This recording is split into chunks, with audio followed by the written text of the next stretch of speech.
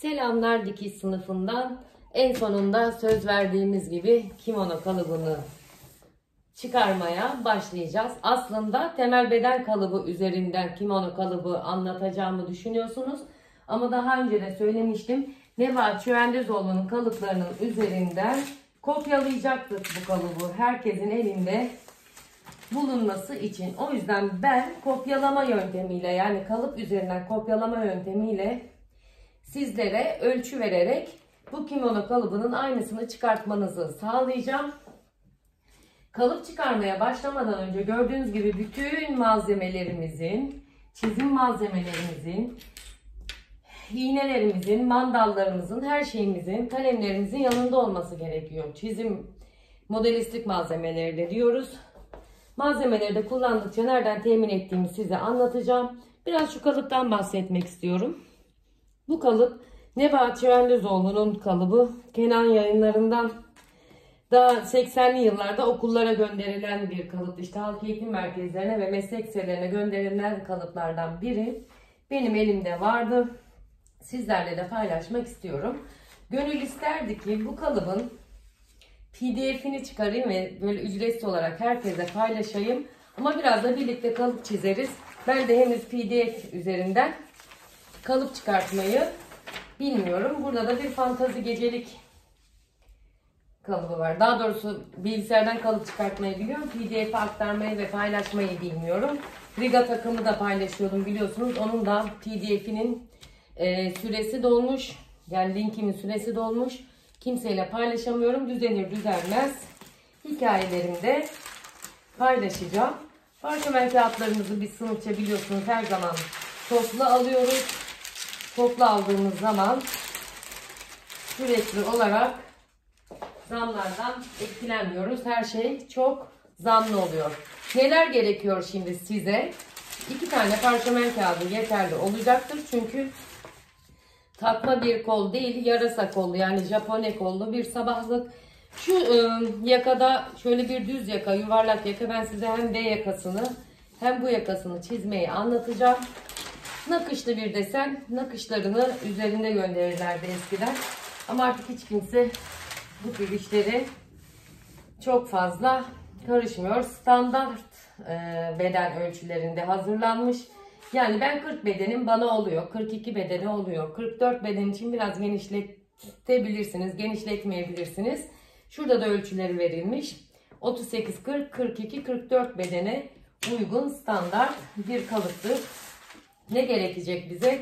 Riga, düz cetvel, geoder cetvel. Geoder cetvel olmasa da geoder cetvel siz nasıl çizeceğinizi anlatacağım ama mutlaka birer tane geoder cetvele sahip olmanız gerekecek. İlerleyen zamanlarda benimle beraber kalıp çıkaracaksanız veya kalıp çıkarmaya hevesiniz ve niyetiniz varsa mezura rigalarınız dedim. Makas, kağıt makası olacak biliyorsunuz, mutlaka kağıt kestiğimiz ve kumaş kestiğimiz makaslarımız farklıdır bizim. Niye? Kağıt zamanla makası köreltir ve kumaşımızı kesmez olur. Mutlaka ayrı olması gerekiyor. Kumaş mandalı veya toplu iğne kullanabilirsiniz.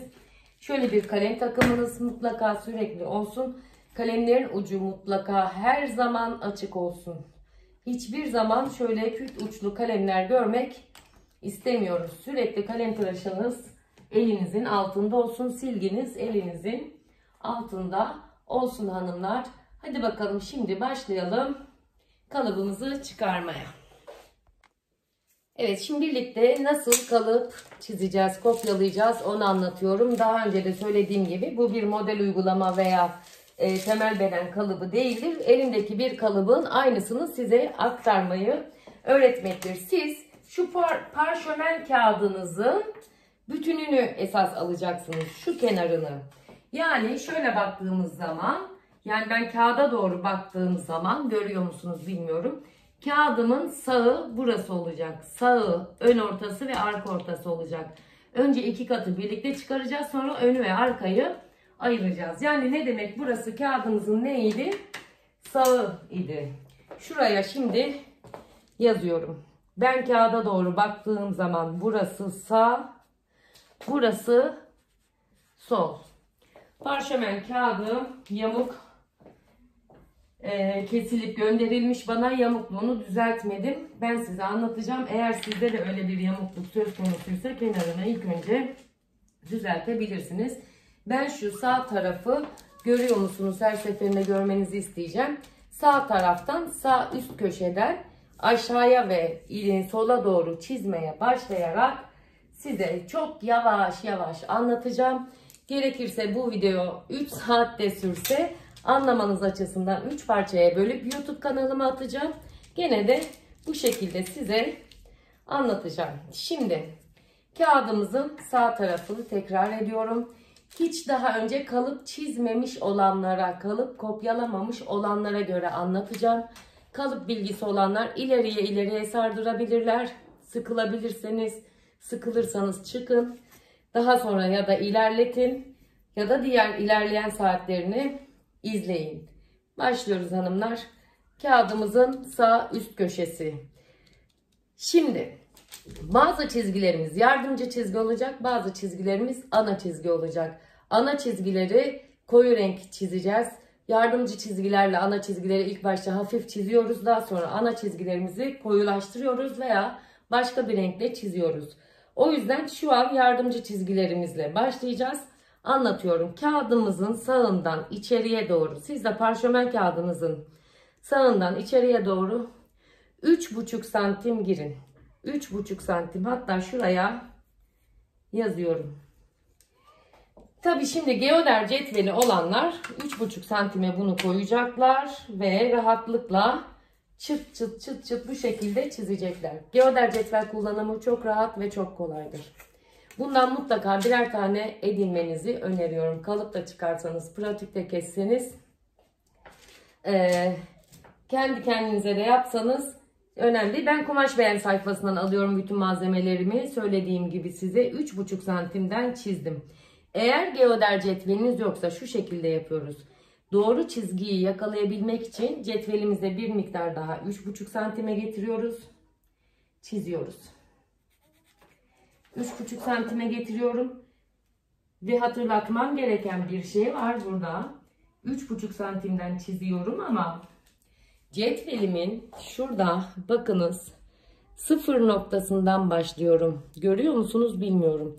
Yani cetvelin başından değil, birden değil, sıfırdan 3,5'u işaretliyorum.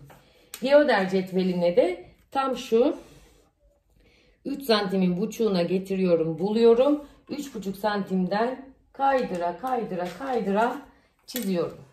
Şimdi sizler de cetvelinizle kağıdınızın sağ tarafından aşağıya doğru 3,5 santimlik bir toplu iğne kayıyor.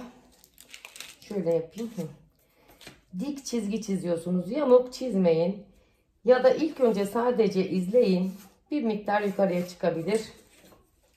Sadece izleyin hanımlar. Ben nasıl çiziyorum? Elimi nasıl kullanıyorum? Cetveli nasıl tutuyorum? Ona göre bakın. Daha sonra çizin. Acelesi yok. 3 günde öğrenin. Ne olacak ki? Bunu 3 günde öğrenin.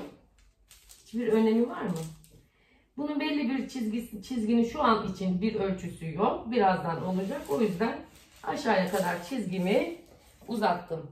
Görülüyor mu bilmiyorum ama şöyle bir 3,5 santimden aşağıya doğru bir çizgi uzattım. İnşallah çekimim kaliteli olur. İnşallah anlaşılır olur. İnşallah hocam vallahi biz hiçbir şey göremedik demezsiniz. Şimdi ise ilk önce kağıdımın eğriliğini düzeltmem gerekiyor şuradan. Pardon hanımlar. Siz bunu öncesinden yapın ve sonradan benim gibi çizim esnasında yapmayın. Kağıdımızın üst kısmında aşağıya 3 santim işaretliyoruz. 3 santim işaretleyip kağıdımızın, hatta bakın burada 3 santim gene işaretliyoruz ve büyük bir şey alayım. Cetvel alayım elime. Şu şekilde çiziyorum. Ne yaptık şimdi? Kağıdımızın sağından soluna doğru dik bir çizgi uzattık. Şu an ölçüsü belli mi bu çizginin? Değil. Birazdan belli olacak. Ben size söyleyeceğim. Yani kağıdımızın sağ tarafına bir dik açılı aşağıya ve yukarıya giden bir çizgi oluşturduk. Koyulaştırıyorum net görün diye. Yoksa yani o bir kere çizmek kafidir aslında. Şöyle gördünüz mü? Tamam.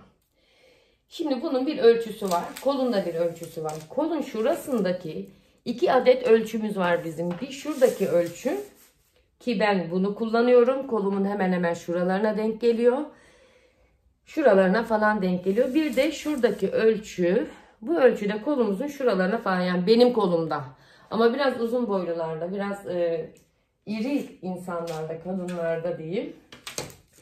Bu kol biraz kısa oluyor. Ne zaman kısa oluyor? Tesettür giyim için kısa oluyor. Biz de ne yaptık? Tesettür giyimler için bu kolu uzattık ve oraya not aldık. Onu da size anlatacağım. Bundan aynı zamanda abaya da dikebilirsiniz. İçine hani dar kollu astar yapıp dışına abaya, tül bir abaya yaparsanız eğer şu aşamadan kullanabilirsiniz. Şimdi şu noktaya tam olarak bir noktası diyorum. Bakın. Siz de yazın bunu. Bir. Bilmem gözüküyor mu? Şöyle yaklaştırayım tripodumu. Hatta şöyle göstereyim. Evimi yerleştiriyorum. Bu arada da her yerde kolilerim bazen durabiliyor. Görüyorsanız da artık kusuruma bakmayın. Şimdi bir noktasını aldık. Kameramı ayarlama kaydırdım tabi. Mezuramın tam ucunu bir noktasından aşağıya doğru ben kalıp ölçüsünü vereceğim size. Uzatıyorum ve 94 santimde işaretliyorum. 94 santimden işaretliyorum. Şurası 94 santim. Benim de dizimin altına bir yere geliyor. Benim boyum 1.55-1.56 civarı. Siz bu sayıyı tabii önce kalıbı benim verdiğim ölçülerle çıkarın. Daha sonra uzatmalarını yapacaksınız. İlk önce ana kalıp çıkar. Daha sonra uzatmalar çıkar. Burayı 94'e uzattım.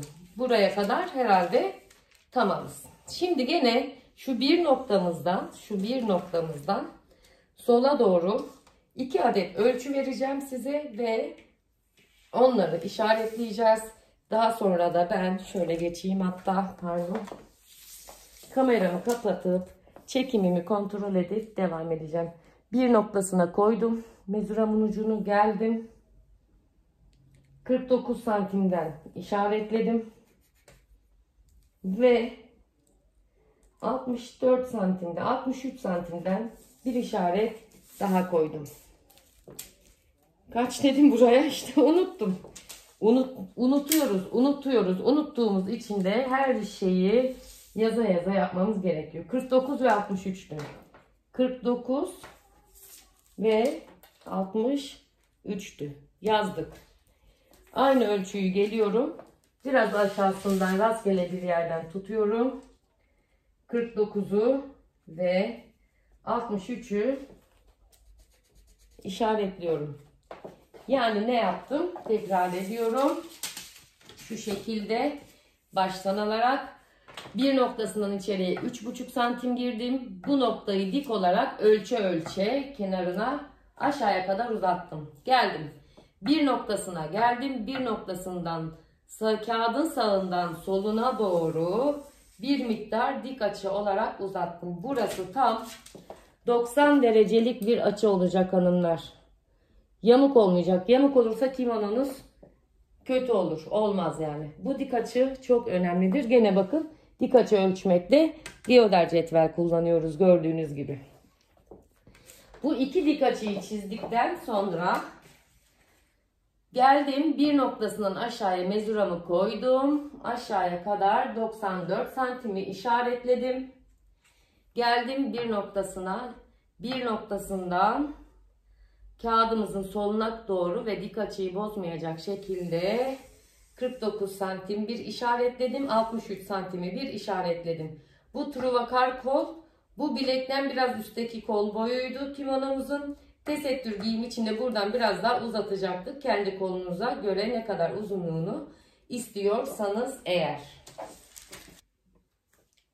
Şimdi ne yapacağız? Şu 63 santim ve 49 santim işaretlediğimiz çizgileri aşağıya doğru uzatacağız. Yardımcı çizgiler oluşturuyorum şu an gene. Kameradan belki çizgiler eğik veya açısı bozuluyormuş gibi gözüküyor olabilir. İnşallah öyle gözükmüyordur. Göz yanılması olsun istemem. Çünkü şuralardaki mesafeler çok önemli. Şimdi buraya kadar ne yaptık? Hemen yazalım. Burası eğer giysimizin arkası olacaksa arka ortası düz boy iplik kumaş katı olacak. Kısaltmasını yazdım. Uzunluğu söylüyorum sizin aklınızda kalması için. Arka ortası düz boy iplik kumaş katı olacak. Eğer kumaşınız vermiyorsa arka ortasına dikiş de yapabilirsiniz. O zaman kumaş katı olmayacak. Burası kol boyu truvakar. Yani dirsekte hemen truvakar. Birinci seçenek. Burası da kol boyu olarak düşündük, değil mi? Ama eğer istersek kol boyunu uzatabilirsiniz. Kol boyu uzatılacak diyelim.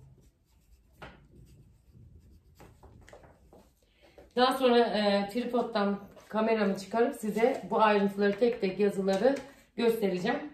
Panik yok. Şimdi ne yapıyoruz? Şimdi şu 94 santime geldiğimiz çizgiyi gene dik açıyı bozmayacak şekilde böyle koyarak cetvelim. Ben tabii üzerinde olduğu için belli bir miktar uzatıyorum. Siz nasıl yapacaksınız gene? Kağıdınızın altından kaç santim vermişse eğer şurada kağıt ölçerek bende 5 santim vermiş. 5 diyerek ya da geoder cetvelinizi koyarak ya da şu göğenizi koyarak şu şekilde çizebilirsiniz. Size birkaç alternatif birden gösteriyorum. Şöyle anlatayım. Yani şunu şu şekilde koydum. Kağıdım cetvelimin şurası ve şurası şu çizgileri takip ettiği zaman burası tam 90 derecelik bir açı vermiş olması gerekiyor. Cetvel takımlarımı da söylediğim mağazadan aldım. Tekrar edeyim başta kaçıranlar için. Kumaş veren sayfası aşağıya link bırakacağım. Oradan takip edebilirsiniz.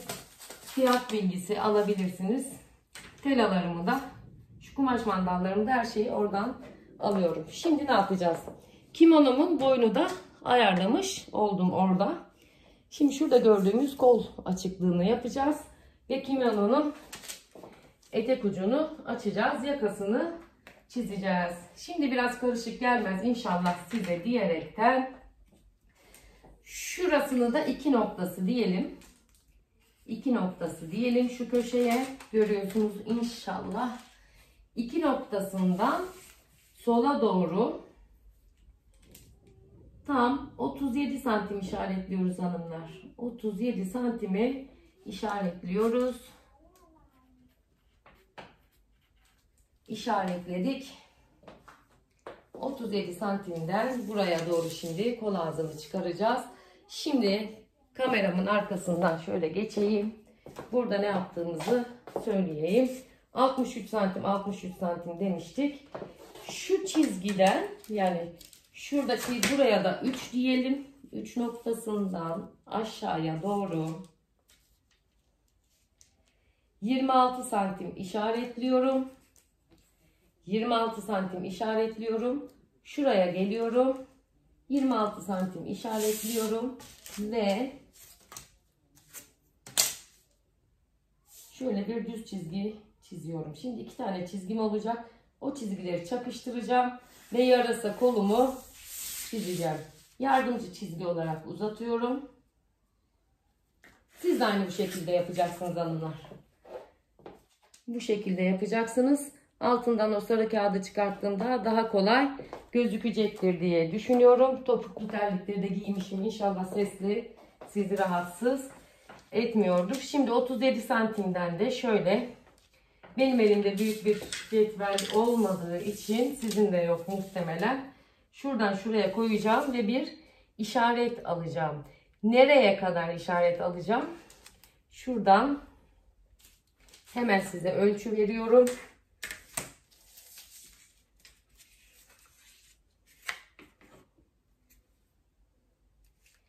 Bir noktasından sola doğru tam 20 santime gelecek şekilde bir ölçü veriyorum. Anladınız mı? Bir noktasından sola doğru 20 santim gelecek. Ve şurası 37 santimden işaretlediğim yere gelecek şekilde koyuyorum. Ve birkaç küçük işaret alıyorum. Hiç mezuramı kaldırmadım gördüğünüz gibi. Ve bir yardımcı çizgi daha oluşturuyorum. Hemen kimonomuz bitmek üzere bu arada. Yani ana çizimi, yardımcı çizgileri. Şu 20 santim getirdiğim yere koyuyorum. Bakın koydum. Şuraya kadar çizmeyeceğim. Şu çizgiyi biraz geçen yere kadar çizeceğim. Gördünüz mü? Şu aşamaya kadar şimdi ben telefonumu çıkaracağım ve size ne yapmışız anlatacağım. Şimdi küçük bir tekrar yapıyoruz. Elime aldım telefonumu ve o şekilde anlatacağım size. Sağ köşeye bir noktası çizdim. Bir noktasını çizdikten sonra hatırlayacaksınız. Şu kenardan içeriye doğru 3,5 santim girerek aşağıya doğru bir dik çizdim ve oraya 2 noktası dedim. Burada kimonomuz bitmedi. Sadece ara tekrar. Burada kimonomuz bitmedi. Sadece ara tekrar yapıyorum şu an. Kameramı sabitledim. Daha sonra bir noktasından sola doğru bir dik çizgi uzattım. Ve onu düz çizgiyi dik alarak uzattıktan sonra 3 noktası dedim oraya. Burada benim kontrolünü yapmam gereken şey neydi? Toplu iğneden kayacak ama şu şekilde dik açımı oluşturmaktı. Şimdi birden çizdiğim çizgi üzerinde önce 49 santim işaretledim. Sonra 63 santim işaretledim ve bunları böyle uzattım. Bu 49 santimlik yer kol boyu Truvakar kol birinci seçeneğimizdi. İkinci kol boyumuz da 63'tü. Tesettür giyim için tesettürlü kursiyerlerimden dolayı bildiğim için söylüyorum. Bize bu kol boyu biraz kısa geldi tesettür giyim için. Uzattığımız hanımlar oldu. Ama siz dediğim gibi içine dar kollu bir abaya, yani astarı falan giyip bunu abaya gibi giyecekseniz bence ve üstüne pırıltılı desenli bir kumaş olacaksa şu kolda gayet güzel duruyor. Yardımcı çizgilerden ve ana çizgilerden bahsetmiştik. Bakın bu dışarıda kalan çizgilerimiz bizim artık yardımcı çizgilerimiz oluyor ve bu kesişmeden sonra gelen yerler ana çizgilerimiz oluyor. Şimdi etek ucunu gösteriyorum. Şöyle ne yaptık? 94 santim etek boyunu işaretledikten sonra sola doğru 37 santim aldım. Geldim bu çizgiyi şuraya kadar uzattım. Yani kol altından gelen çizgiyle yan dikişten gelen çizgiyi şurada çakıştırdım. Şimdi şurayı riga ile çizimini size anlatacağım. Tripoduma telefonumu taktıktan sonra siz de o şekilde bir kavis kendinize oluşturacaksınız. Bu arka kimono bedenimiz. Daha sonra bunun üzerinden kopyalayacağız ve ön kimonoyu çizeceğiz. Evet hanımlar, şu çakıştırma noktamızdan şuradaki kavisi çizeceğimizi söylemiştim. Ölçüyü veriyorum. Buradan kol ağzına doğru 6,5 santim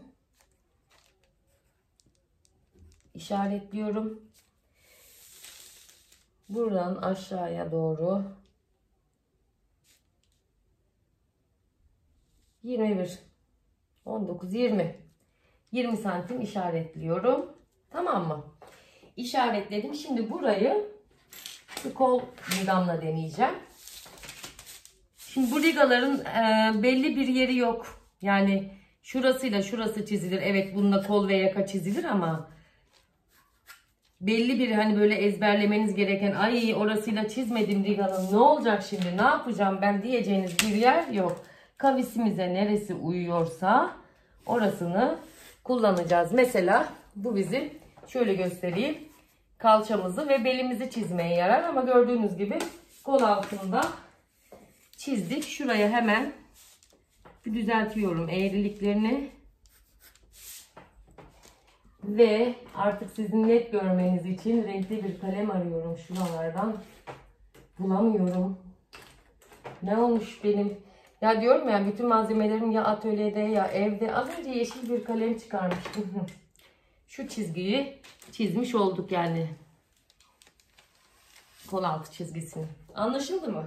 Bu şekilde. Şuraya 6,5 verdim. Buraya 20 verdim. İşlem basamaklarımızı, şunları kaldırayım ki net görün. Arkaya alayım. Ne kaldı şimdi burada? Yazılarımız kaldı. Yazılarımız kaldı. Şöyle çevireceğim. Yazılar çok önemlidir hanımlar. Notlar çok önemlidir. Şuna ne yazacağım şimdi?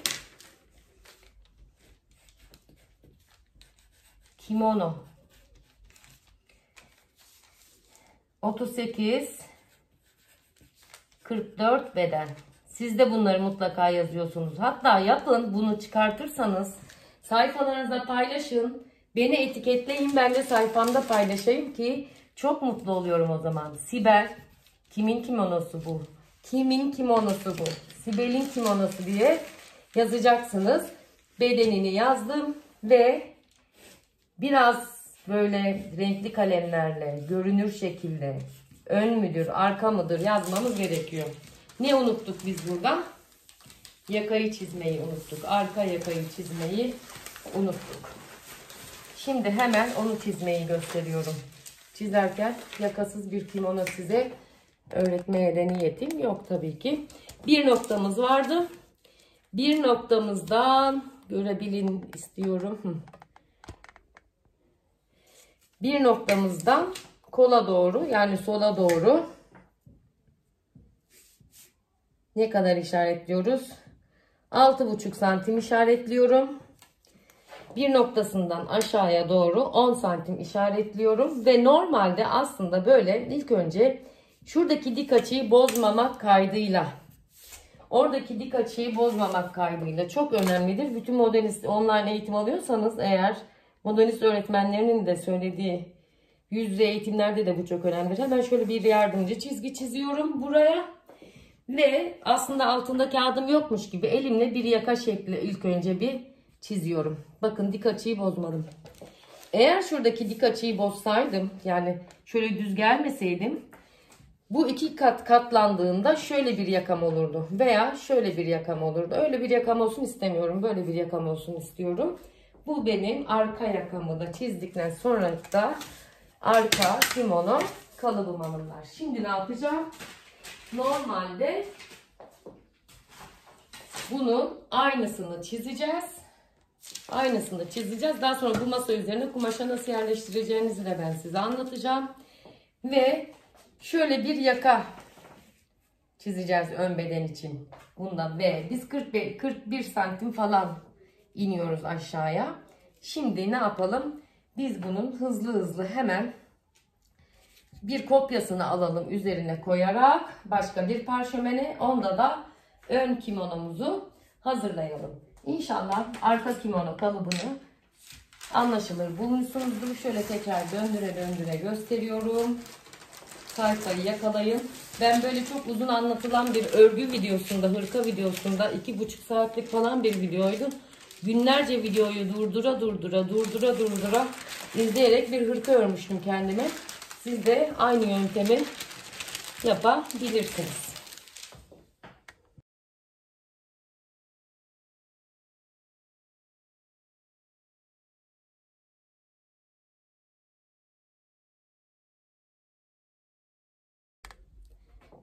Evet, araya şimdi hızlı çekimler serpiştiriyorum.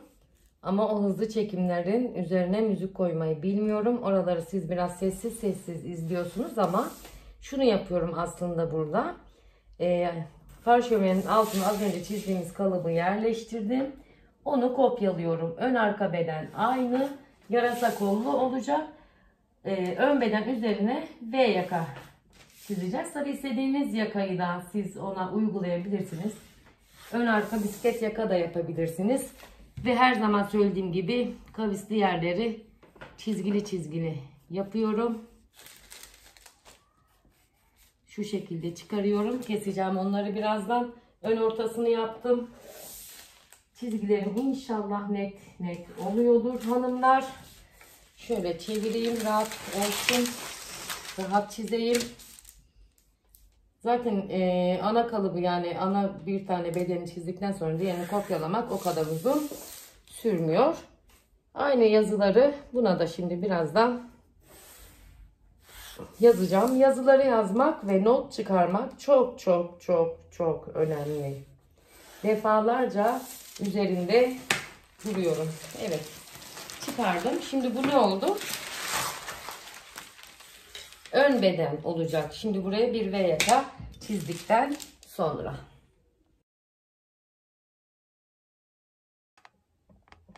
Güneşin gelişini engellemeye çalıştım. Perdelerim daha perdecide. Bu evimde perde değiştirmek zorunda kaldım. Gelmedi. Fransız balkonda yarım perdelerle yaşıyorum. Mahremiyet falan kalmadı yani bizim komşularla aramızda. Sesleri de çok geliyor, kusura bakmayın. Şimdi ne yaptım? Hızlı çekimde kimono 38-44 beden Sibel ön yazdım. Şuraya kol boyu Turvakar yazmayı unutmuşum. Hemen yazıyorum. Burası da kol boyu uzatılabilir. Yazıyorum. Şimdi bunu V yaka yapacağız. Nasıl V yaka yapacağız? Şu arka yakanın bitim yerine cetvelimi koyacağım ve aşağıya 41 santime şu çizgi üzerinde arayacağım. Niye buraya koyuyorum? Çünkü burası birleşecek dikişle. Sıfır noktası gene bakın gösteriyorum. Birden değil, rigamın başından değil, tam sıfırın üzerine koyuyorum hanımlar. Bu çok önemli. En büyük hatayı burada yapıyor acemiler özellikle. Cetvelin ölçüm yeri orasıdır. Burayı sıfıra koydum. Burayı da 41 santime koydum. Daha açık yapabilirsiniz. Daha kapalı yapabilirsiniz. Ben kendime yaptığımda 41 santim yaptım. Bunda düzdü. Ön yaka yoktu. Dümdüzdü ve dikimi zor oldu. Biz de bunda böyle bir değişiklik yaptık. Şöyle bir V yaka çizdim ben buraya. Şimdi benim ön yakam bu V oldu. Tekrar şimdi elime alıp size gösterdikten sonra kalıbımın kesimini yapacağım. Hemen ön bedenini de gösteriyorum. Şöyle yazılarını yazdım. Altta arka, üstte bunu koydum, kopyaladım. Sıfıra sıfır getirdim. 41 santimi şuraya işaretledim. 41 santimi işaretledim.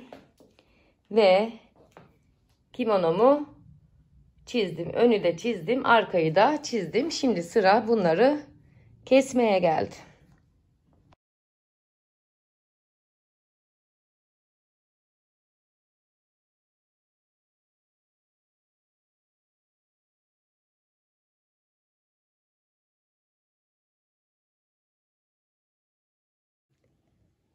Evet, kestim, biçtim, yazılarımı yazdım. Önü bu şekilde kumaşınıza yerleştirebilirsiniz. Arkayı da bu şekilde, biz çiften kumaşlarda tam bu şekilde kalıp yerleşimi yapıyoruz. Sanıyorum 2-2,5 metre civarında bir şeyden çıkıyor. Şimdi diyelim ki kumaşımızı böyle koyduktan sonra, daha önce de dediğim gibi tesettürlüler veya kolunu uzatmak isteyenler şuradan kol boyunu kumaşının verdiği kadar veya 5 santim 10 santim uzatabilir, ne kadar isterse. Buradan da aynı şekilde olacak. Kumaş yerleştirmemiz de böyle olacak. Kimono anlatımının sonuna geldik. Bu şekilde, bu taktikle, ben de bu taktikle ilk kez online ve videoya çekerek kalıp anlattım. İnanın hatalarım olduysa affola. Hepinizi sevgiyle kucaklıyorum. Beğenmeyi, abone olmayı, arkadaşlarınıza önermeyi lütfen unutmayınız. Burası kumaş katı olabilir demiştik, olmayabilir. Daha sonra bant kesimini kursumda, kursiyerlerimde kimono dikiyen bu kalıpla kimono keseceğiz ve dikeceğiz. Bizi takipte kalın. Hoşça kalın.